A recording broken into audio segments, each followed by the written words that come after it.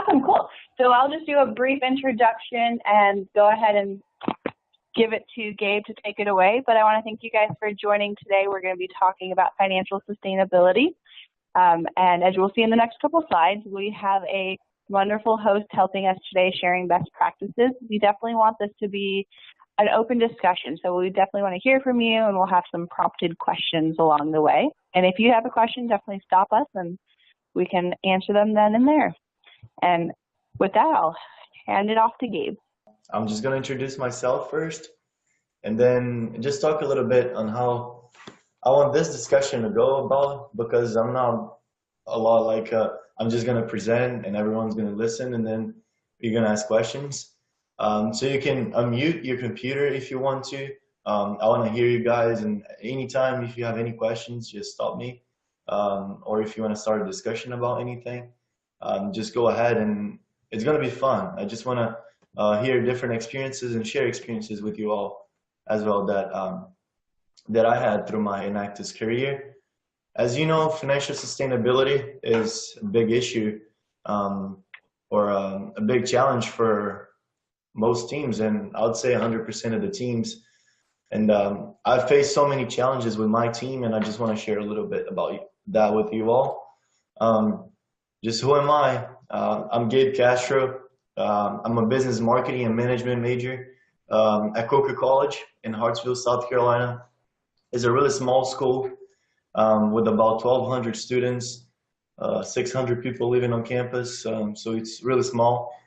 I'm actually from Belo Horizonte, Brazil, and I moved to the United States to go to college and play volleyball, pursue my education as well, and do both. I've been a member of Coker Enactus since my second semester freshman year, meaning spring of 2016, and it's just been a great time. I would say it's the best decision I made so far, and in life, I would say, just joining Enactus, because this organization has opened so many doors and so many opportunities for me as a person, as a student, and as a professional as well. And I've been member of the Enactus USA Student Advisory Committee since spring 2017. It's been a great time. We went to California. We worked a lot with all the students from all over the world. It's just awesome, like being able to interact with the students and see their challenges and just exchange experiences with them. That's why I'm here today, just to share a little bit about my experience and ask you all to share your experiences with me. But strictly to financial sustainability, but if there's any other topics, we can definitely discuss about it after. And then why don't you all go ahead and introduce yourselves and just say a little bit about you, and we'll go from there, start the presentation from there, just so I can know a little bit of good background.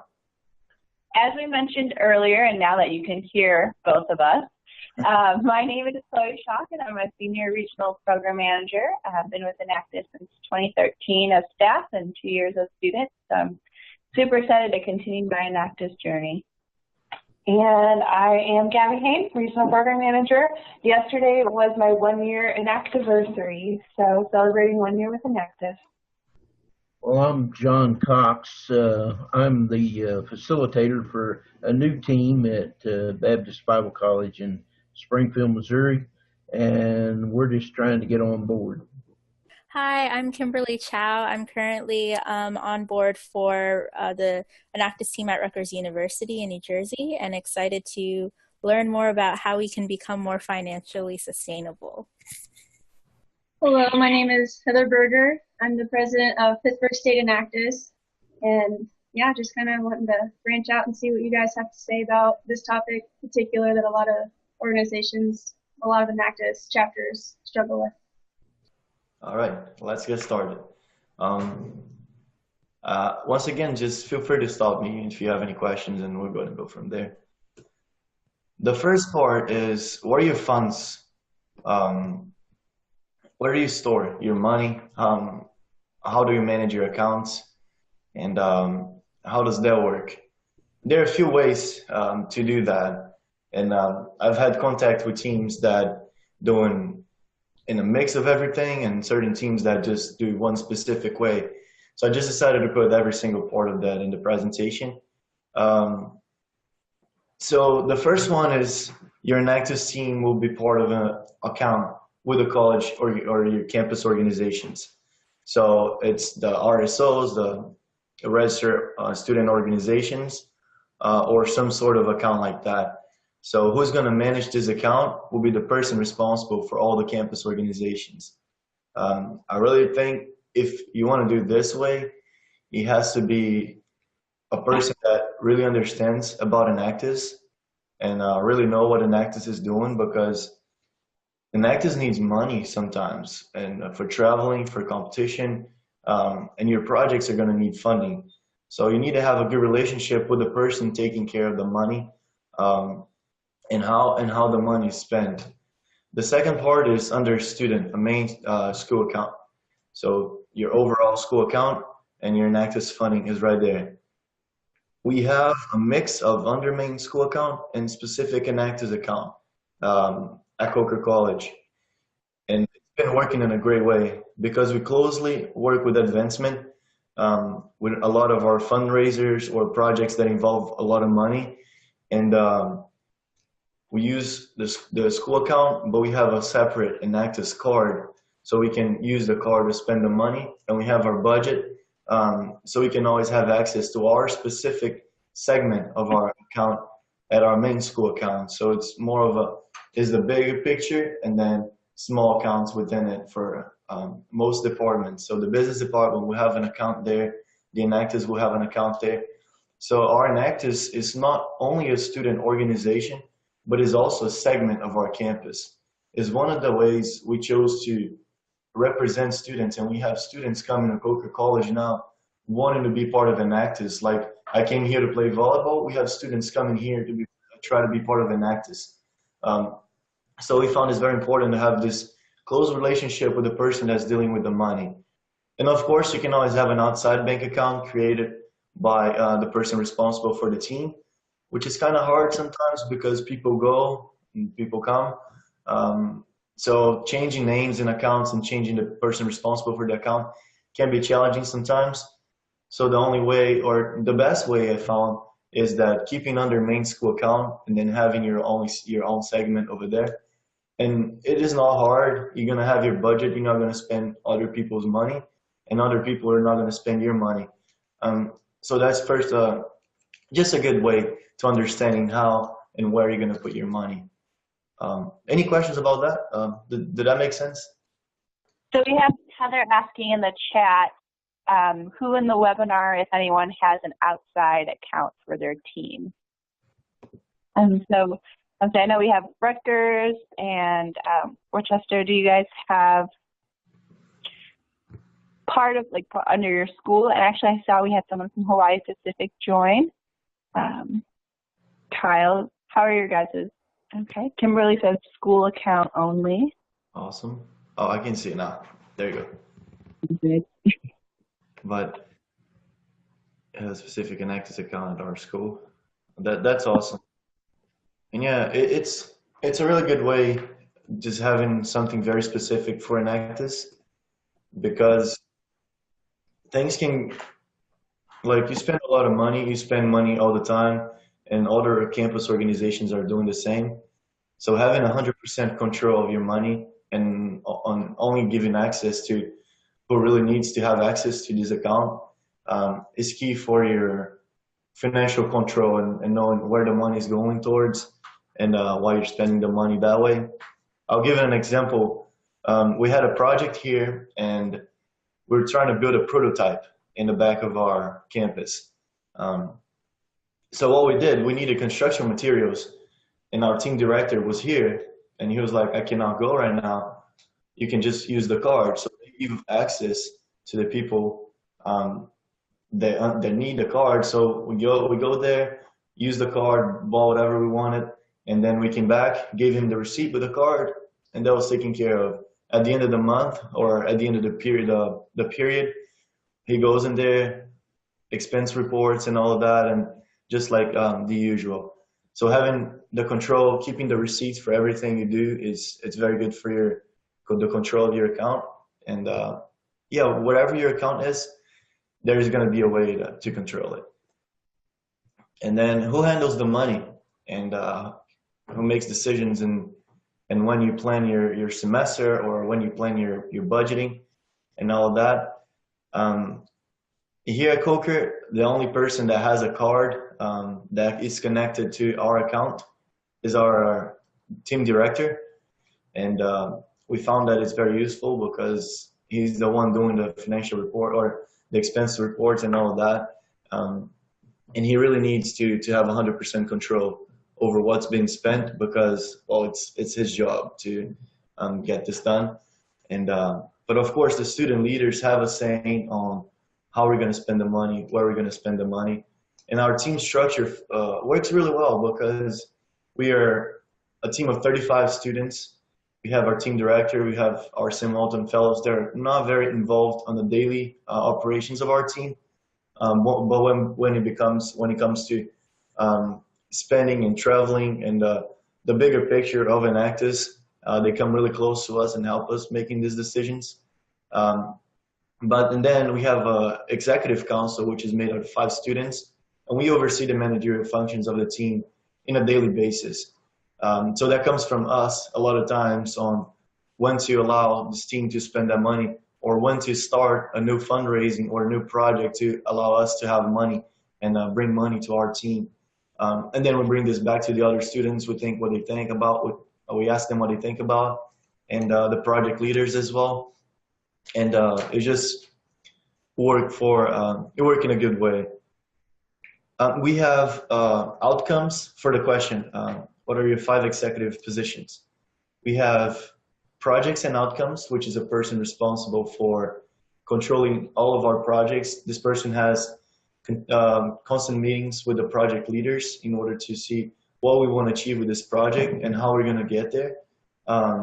We have Enactus USA, which is a person responsible for, we call Enactus USA just because it's all the paperwork related to competition, all the traveling, how we're going to plan our trips, who's going to go where, who's going to go from where, because it gets to times that when nationals were after graduation, we'd fly people from all over the country to Kansas City, and then we'll fly them back. So this person plans all the trips, the hotels, and all of that, as well as looking for grants, looking for things that we're going to talk about further on the slides. But that's the second one. The third one is recruiting and retention, which means that how we're going to recruit students is getting very competitive here to be part of Enactus. So how we're going to recruit these people and how we're going to make sure these people are on the right track doing the work they're supposed to do. And they're happy being part of Enactus as well, gaining as much experience as they can. The fourth one is leadership and development. So we found that it's very important to develop people as well as develop projects because our students are doing this for free. So we need to develop them as well and develop the skills they need in order to achieve our goals with our projects. So if you're going to go to a school and make a presentation, or you're going to go to a church and make a presentation, try to raise money, how are you going to do that? How are you going to present yourself? So we have a lot of things like that. I work in our Student Success Center here at Coker, and we just help students to develop the resumes and all that. So all those little things, build a LinkedIn profile and all of that, it's key for our team's success, not only with our projects, but seeing that people are succeeding in life. It's one of our major goals.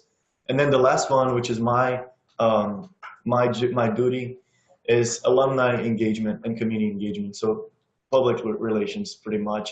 And we found it's very important financial-wise as well, in the financial side of it, to keep contact with our alumni, with their people passionate about Enactus, and they love Enactus as much as we do. And we found that several ways they just leave, they graduate, and that's it. But we don't think so, because a lot of them want to keep being involved with Enactus somehow. So when we have fundraisers, they're the first people we go to, because we know that they're successful people, and they were part of Enactus. They were great assets for our team in the past. So we want to show them that they can still be involved and they can still just help our team somehow, and with a completely different mindset of, now I'm not part of the team, how can I help? And a lot of times money comes with it, a lot of times it doesn't. or it's just with ideas, but it's very good to maintain a relationship. So that's our 5 executive positions. And then we have our project leaders as well, who are in charge of our projects. We currently have 10 projects. So that's how we've been handling our managerial functions of the team, I would say. So yeah, how and when do you plan your budget? When you plan starting like bringing more money or spending money? How does that work? And in my opinion, it has to have a plan. There has to have a plan, a budget, and that is set at the beginning of the semester. So at the beginning of our semester, we have a 3-day sort of gathering with our Enactus team, with our 5 executive councils and our team director to plan our entire year in all ways possible, starting from how many people are going to graduate, how we're going to help these people to find jobs, and how many people we're bringing on the team, but how much money are we going to spend, how many projects we're going to have, and all of that. So that all comes in the planning phase before the semester starts, so we can start the semester strong and getting good outcomes over time. But during the semester, new projects start. It's a fact. You're going to have ideas and you're going to start them. So you can always be flexible with that by starting a new project and going from there with your budget. And if you need more money than you have, how are you going to do that? And then the creative ways are going to come throughout this presentation as well. How can you get money? How can you increase your budget a little bit to add one or 2 or 3 projects if you want? And that just go from it throughout the semester and when planning a project. So I think all of those 3 points work together. First, you set a set budget, and then you have ideas, and throughout the semester things change. And when planning a new project, you can also do a different budget. If there's a project they're not giving a lot of results over time, why don't you take a little bit of the budget of this project away and put towards some other project so you can develop more on what is bringing more success to your team. Receive funds from your school. So it's a challenge. It's a challenging situation. Schools sometimes have a set budget. They don't have a lot of budget for student organizations. So where does this money come from? Here at Coker, we get a lot of money from alumni, as I said before. We have a budget from our student organization or student government association, in which they set a budget for us and how much they're going to help us with our projects. And it's a lot of meetings, and it's most the team director that has this budget. But our school, the financial department of our school, gives us a budget because of the work we've been doing. It was not easy to convince them about that, but luckily we have a lot of people that are passionate about Enactus involved with these big decisions, and then we're very grateful to have people like that in our team. And budget, it is still a challenge, it is, but we can always count on the people above us to make this possible. It is hard. From most schools I've seen, people say, yeah, we have to pay for our own trips, we have to pay for our own meals, and we do that. We're still thinking on how, because it gets a tight budget. It is a really tight budget. Traveling is expensive, projects are expensive, and how can you get enough money to provide the best Enactus experience to every single student on the team? The school's requirements vary from school to school, but I think a good way is to at least present what Enactus is, what is the goal of Enactus, what your Enactus team has accomplished in the past, and if it's a new team, what are your goals? What are your goals with Enactus, and why do you need this money? Why do you need this budget in order to make it a successful team? And for us, we always had it in our mind. Enactus is a great way to develop students, first of all. We know that Enactus students are different, and I say that, and I thought, oh, wow, it is like that. But when I went to the World Cup, and I actually talked to Enactus students from other countries all over Europe, South America, Central America, every single person had the same mindset, the same successful mindset. And I'm 100% confident that all these people are going to be successful. So showing success stories and making it personal is a great way to convince your school and show them how do you want to tell a story of a student that has been extremely successful to bring more students to you. And then showing that there is a great organization on campus, it gets to a point that people want to be part of it. A lot of times, Enactus is the reason a lot of people don't transfer from certain schools.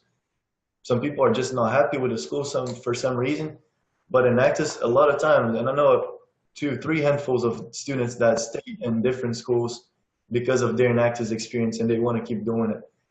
My example my personal example, I could graduate in December and I chose not to because I play volleyball. Yes, volleyball is really important, but Enactus Nationals is at the end of the year.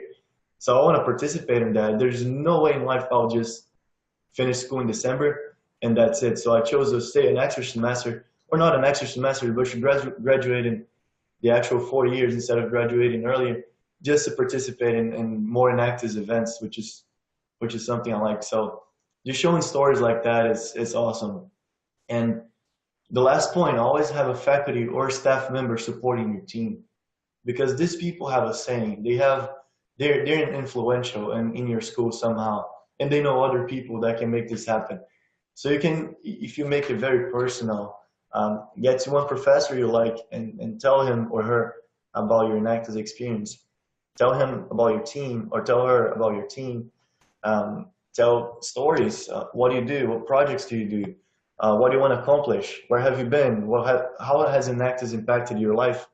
And these people are going to care about that. And then you go, hey, by the way, can we talk to someone about our team budgeting? Who can I contact about? And then you make this connection right there. And it's very likely they're going to allow your team at least a budget somehow, or increase your budget if you really need it. We always have new projects here, and it's really nice to see how we try to innovate every time, and how we try to create different ways to bring more money to our team in order to allow a great Enactus experience for our team members, as well as the people we're impacting with this money being invested in our team. And just the last point about it is to know that you're not just putting money and it's been spent and that's it. This is an actual investment. You know, when you go to different places, when you do another project, your school's name is out there. It's, for example, School Enactus. It's another school name, Enactus. So they're both connected. So we're making a good image for Enactus, but a lot of times for your school as well. So there's a lot of benefits from your school. You just got to find good ways to show that to people. Anything from you guys? I want to hear more. I'm talking too much. John, a question with a new team? No, not really. I'm enjoying your conversation, and I'd like for my students to hear your conversation. We're just getting started, but there's quite a bit of excitement. We've got about 8 core team members, and we're going through all the training, trying to get the grant from Walmart. So they're pretty excited about it, but they ought to hear you. That's exciting. Well, thank you. How do you ensure financial sustainability is a big question. And it is hard. It is hard to achieve financial sustainability. First, because things always change. Everything's so unstable. You never know when a new project's coming, or you never know when a project's going to fail, and you're going to lose a lot of money in there. So you have control of a lot of things, but a lot of times you don't. So how do you achieve your financial sustainability somehow? And for me, is a big combination of different factors.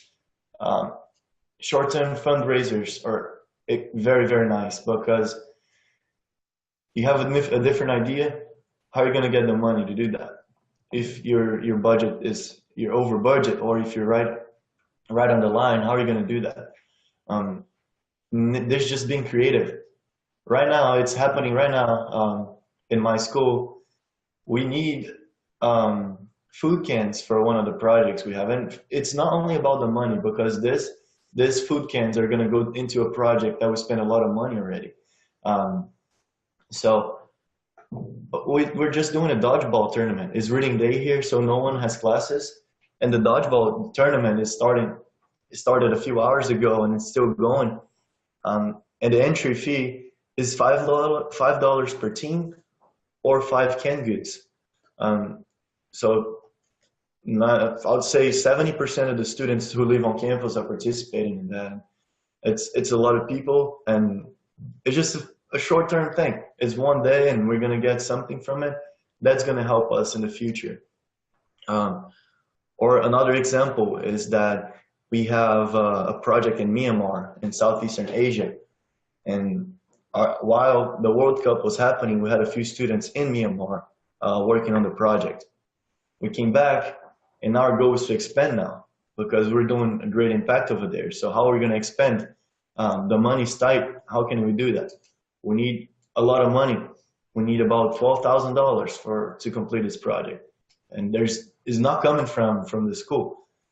So our team leader, our team director, had this amazing idea of creating sponsorships. That's how we're calling it, and it is an exchange for a product from Myanmar that was made by Myanmar people by hand, and that's how they make a living, in order to people to fund this project. So how are we going to do that? It's hard for one person to do it all. So we set a goal for every single student, an active student in our team, had to sell at least one sponsorship. And it's just working great. We have 90% of the students already sold their sponsorship. And just this combination is a $50 sponsorship. So you just do one person, and this person is getting a product so you're purchasing a product for a little expensive price, but there's a good cause behind it. And how we convince people, once again, go back to telling the story. People in Myanmar are in need. That's what they need, and that's how we're going to impact them, and that's how it's going to grow and make their lives better. So if you show a good cause and people care about that like you care about, it's a great way to do a fundraising. Long-term fundraisers, it can always be something throughout the year that you have going on in your campus, activities you have planned. So let's say once a month you go to a different church, speak about Enactus, and they're going to fund your team somehow, and you have to do it constantly throughout the year. So that'd be a good example. Or anything that is not a one-time thing and it's going to last a long time should be put in this long-term fundraiser, even though it's not constantly bringing money. But if it's at least like once a month, or 2 times, 3 times a semester, those are great ways. And then projects that generate revenue, those are key for your team, and not only for your financial situation, but also for competition. Judges like seeing projects that make money somehow. They actually become social enterprises. And that's something we lacked in the past, and we're trying to focus right now. A good example is My Campus Market, is our online platform that we rent anything. Our focus were fridges, so we had this project called Rent a Fridge, and would buy fridges from graduating seniors, or they would donate it to us, and then we'll clean them, we'll make sure they're good to go, and then we're going to rent them to the students coming next year. Coming all the way from Brazil, I had no idea how I was going to store my food or anything, so the first thing I did, I found about Enactus. I rent a fridge from them my very first semester. And that's a good comment I made, and that brought me into the team, by the way. But and then we grow from there. It's not enough. Like how we can make more. So we said other schools should have access to this too. But how are we going to do it? So a person developed a website for us, and then we started making partnerships with the team so they can have their own My Campus Market website, including or on the same platform we do. So every single team will have access to it, and they can sell, they can rent, they can do anything. We have a partner with a team in India last semester, and they're going to sell or rent rice cookers on our campus. Rice is really popular over there. So you find a need, you find what people need in your college, and you can go and give this product to them in exchange for the money. So that runs all year long. For us, it's more like at the end of the semester and the beginning of the semester, because that's when people come in, that's when they leave. So we make a year-long contract or a semester-long contract, or even a few months if you want. Like we're very flexible with that.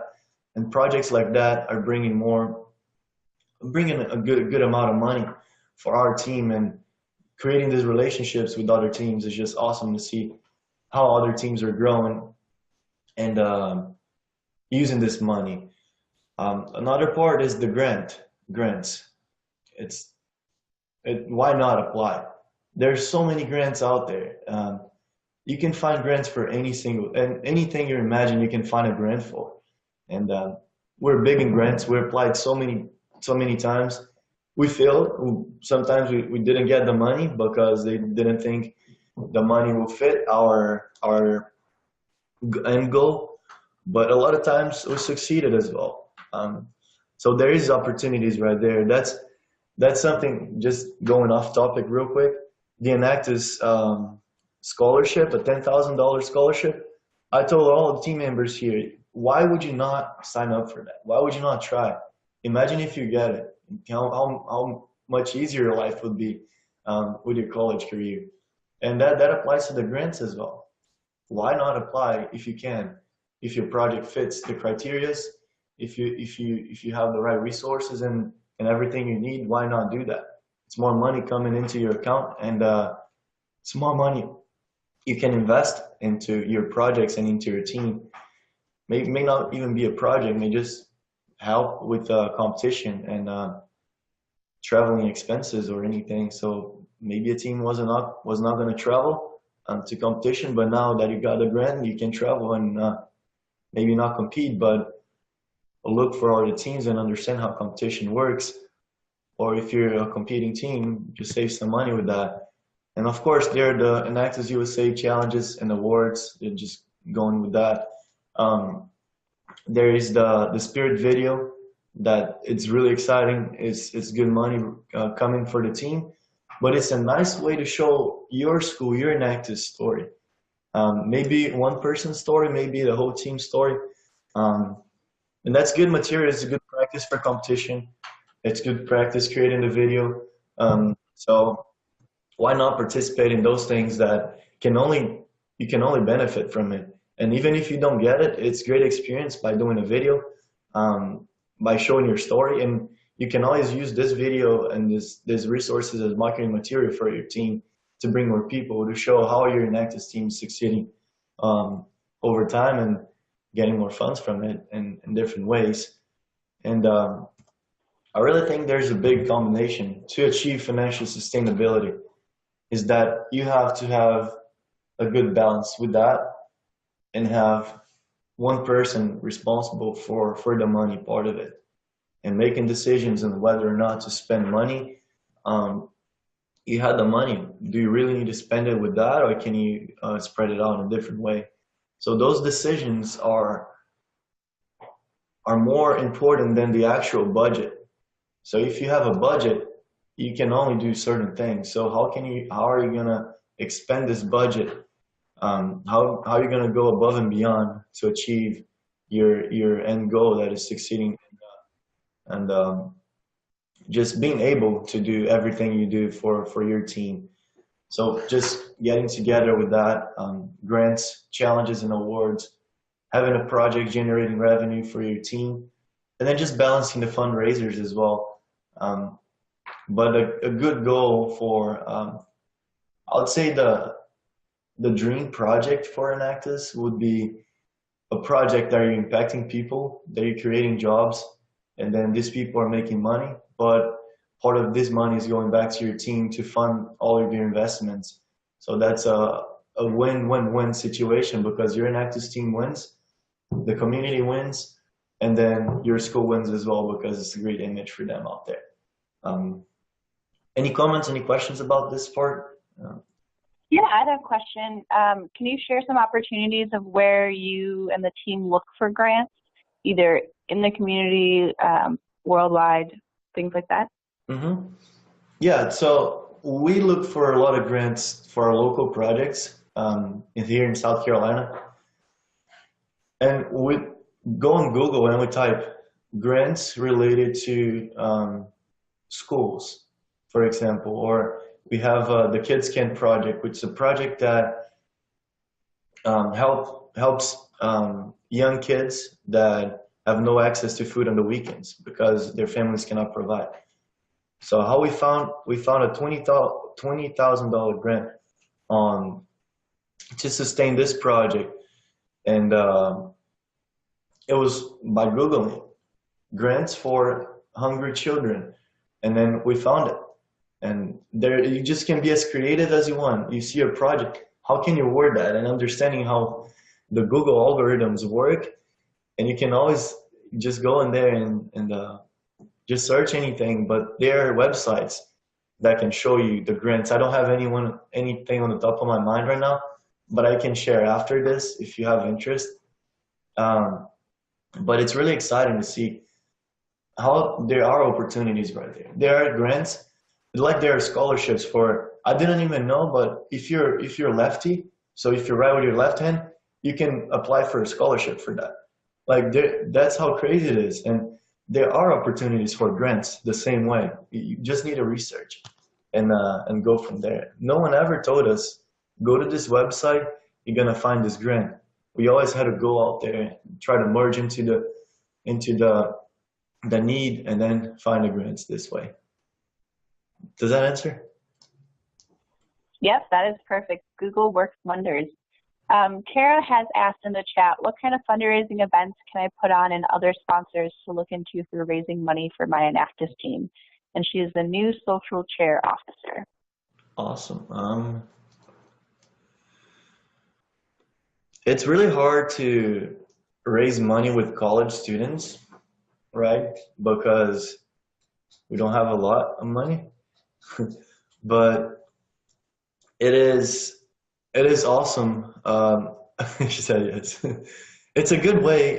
Like we did a big play day, so we got together with our city.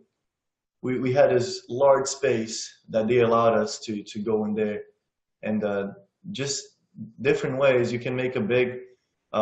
We had a walkathon, so people that wanted to just exercise somehow, they pay a fee and there's a prize for the winner. And anything that you can get people from your community involved, not only your college, but your community in general, and make them know about your team, it's great. So you can do a walkathon, you can do a dodgeball tournament for the city, and you go to your, I'd say like go to the YMCA and say, can we use this space from this time to this time? And people are going to pay this fee. You can have like 10% of it. We're going to keep the rest. So you can be as creative as you want.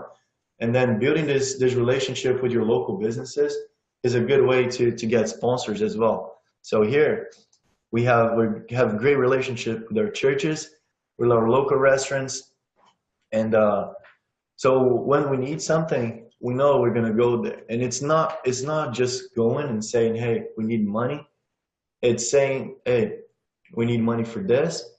And then what we do, we keep them updated on the progress of the project. So every month we have, I was saying we get a lot of things with our alumni. We have a newsletter that we send it to our alumni with our team's progress. What do we do over the month? Who was the successful student of the month? So we have broken down parts of what we want to tell them. And we can do the same for your community. So just finding ways to get involved with the community, partnering with local businesses, local churches, local people, whoever can help your team somehow will be a great fit for. And you never know. Keep your mind open. People are going to receive or have ideas, and they're going to go from you. Sometimes we don't even research a need anymore. We just have people come and, hey, we have this need. I know you guys are great. You guys can solve this problem. And then we're like, okay, how can we make this happen? How can we make this partnership and happen? So we always have people coming back to us now and bringing information on what can we improve. Let me read this real quick. What are some other teams' successes they've had in fundraising or kind of generating funds for the team? Or whatever. Let's see. Okay, awesome. Lindsay says they use grants. I know when I was a student, our president had found these anti-bottles. So Gabe kind of knows what they look like. We had them at World Cup, and they're pretty much a water bottle that you could collapse down. And I'm not sure where they found it, but we were able to buy them for $5, and we were selling them for $10. And what was really great, so we got $5 of profit.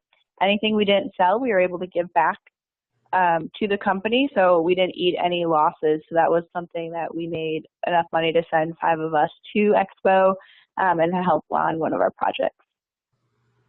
Awesome. Lindsay says they have small fundraisers, candy bar sales, dodgeball tournaments, and raffles.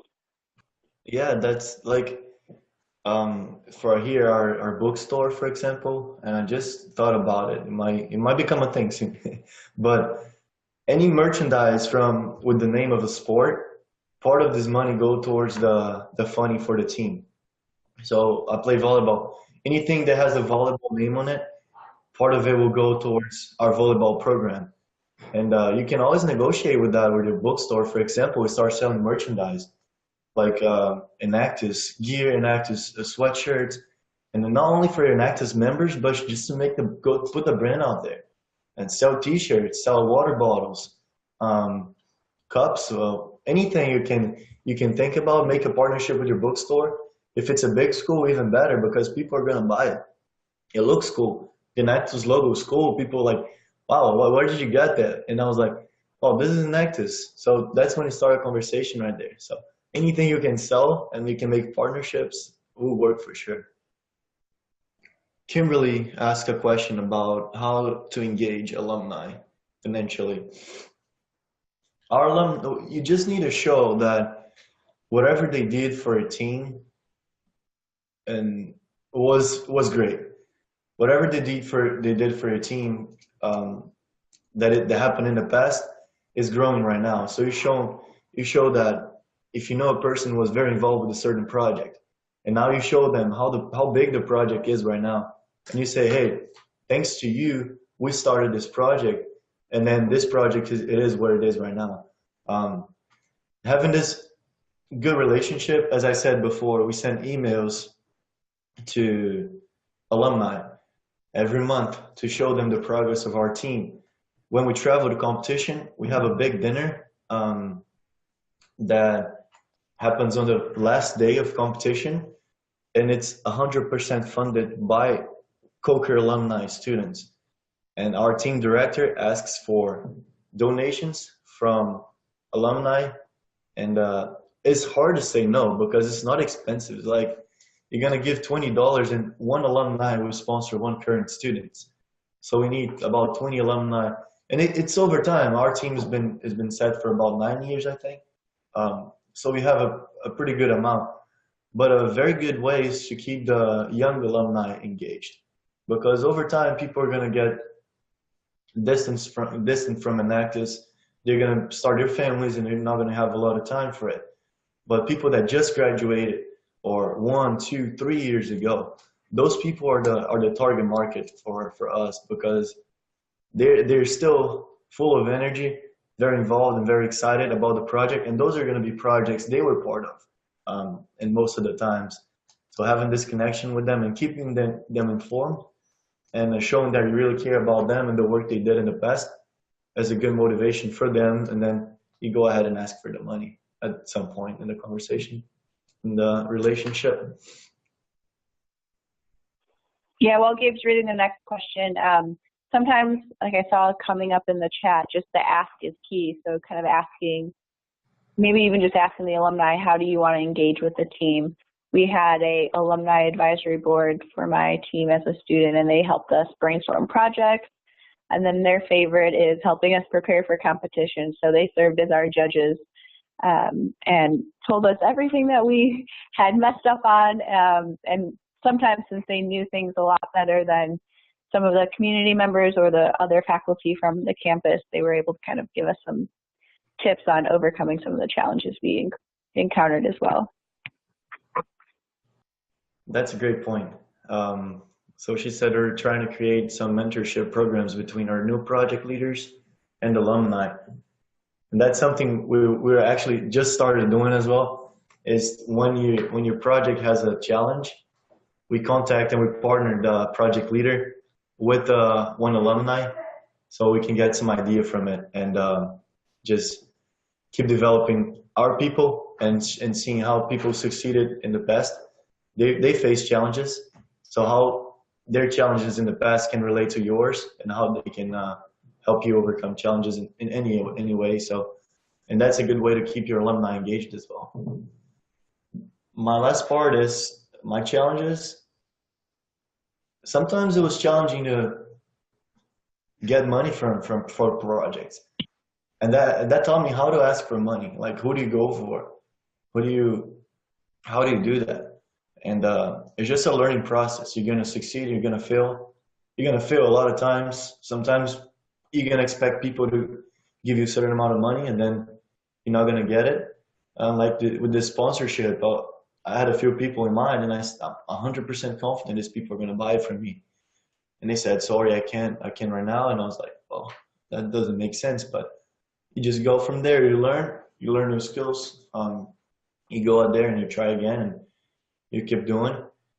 And tips for new teams or teams that are just changing leadership or changing directions, you go.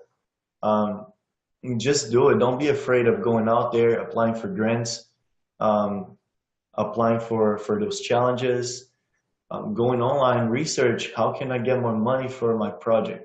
And then you never know what you're going to see out there. Have a good relationship with your students right now.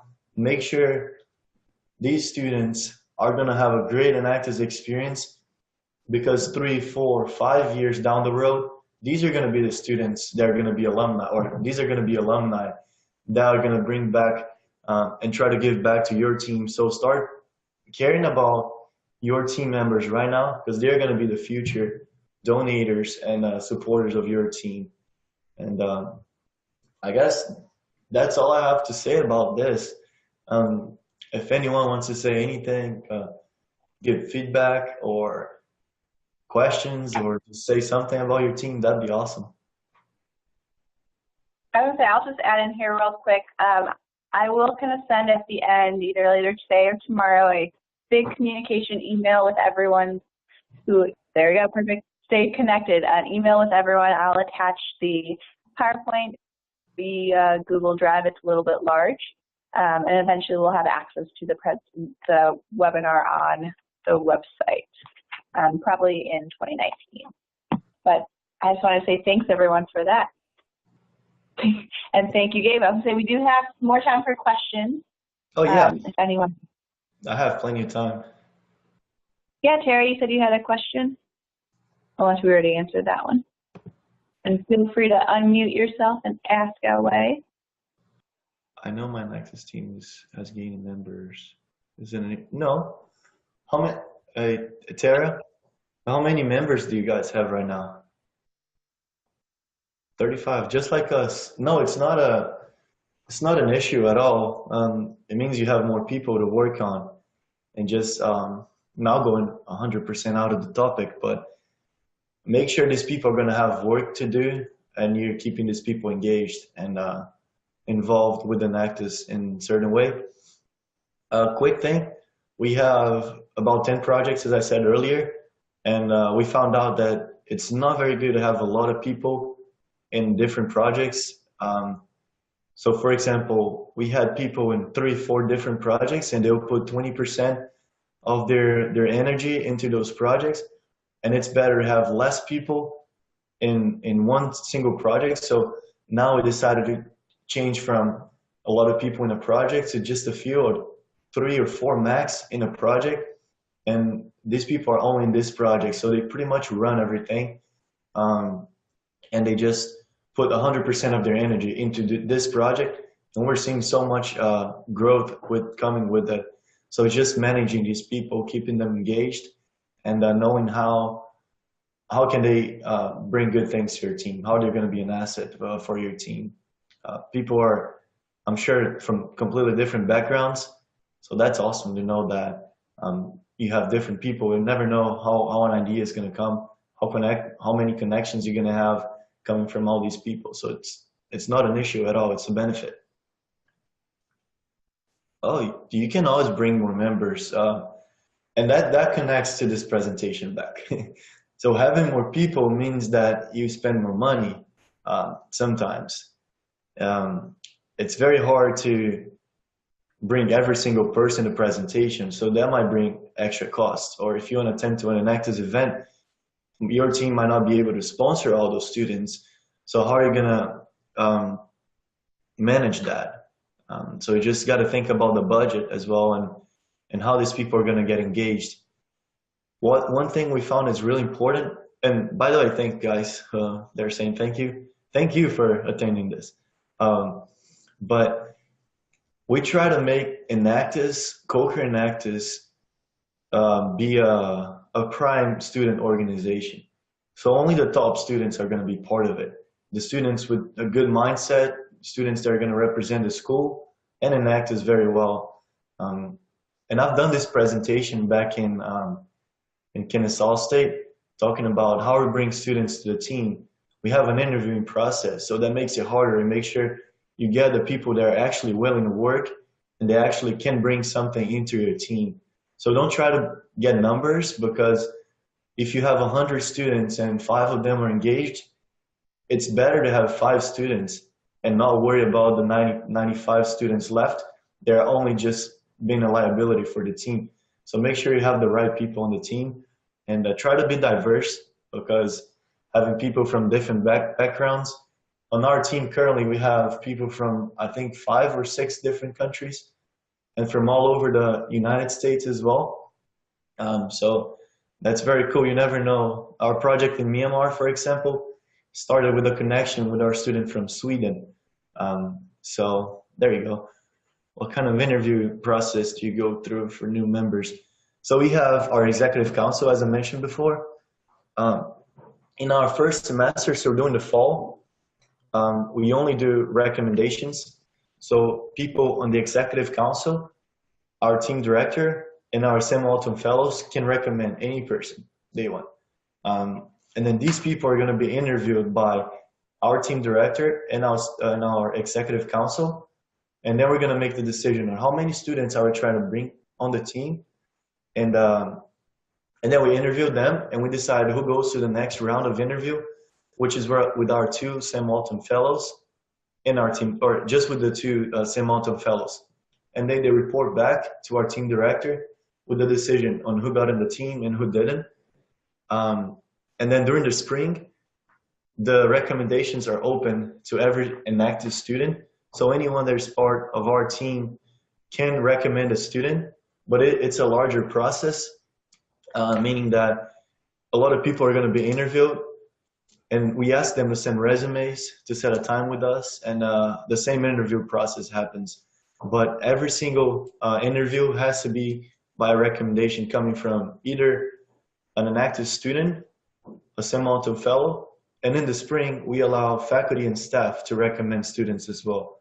But there's no way a student would just, hey, I want to be part of it, because we want to bring the best, and we want to give opportunities to them. So if a person says, hey, I want to be part of Enactus, just say, talk to a professor, see if he can or she can give you a recommendation, and we're going to go from there and interview you.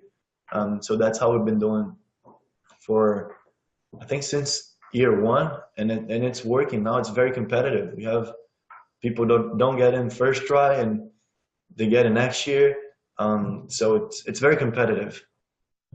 Yeah, there are, we created a template for outcomes, and it breaks your year down into months, and then every month you break down into weeks. So what are you going to achieve? So some people like to start from the bottom. So let's say month 1, and they go all the way to month 12. Or some people just want to go month 12 and they work backwards. Some people just like to see the bigger picture and the end goal and just work backwards towards it. And some people just like to see the small progress first and then see the bigger picture happening. But we always make sure they know what is the end goal, what are you trying to achieve. And if you achieve that quickly, go above and beyond. There's nothing can stop you. Awesome. I think we'll wrap it up. Like I said, I'll get the email out for everyone, the connections with everyone's email address on there. And if you think of anything else, definitely let Gabe, myself, or any of your other regional program managers know. We love helping you out. We have our webinars next month. Definitely feel free to join if you're interested, and we'll get those on. Thanks, Gabe. That was a great job. Appreciate it. Thank you very much, John. I hope your team succeeds down the road. I'm very excited to see about it.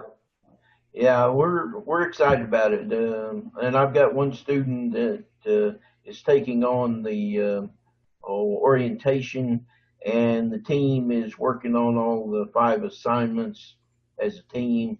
So I think they're going to do all right. No, they're going to do great. All right, they're going to do great. I'm very excited. Anything you need, we can definitely stay connected. Anything you need, just let us know, and we're going to provide the best help we can get. I appreciate that. Thank you. No problem. Thanks for participating. All right. Thank you, everyone, and have a great rest of your day, and good luck on finals. All right. Bye. Bye.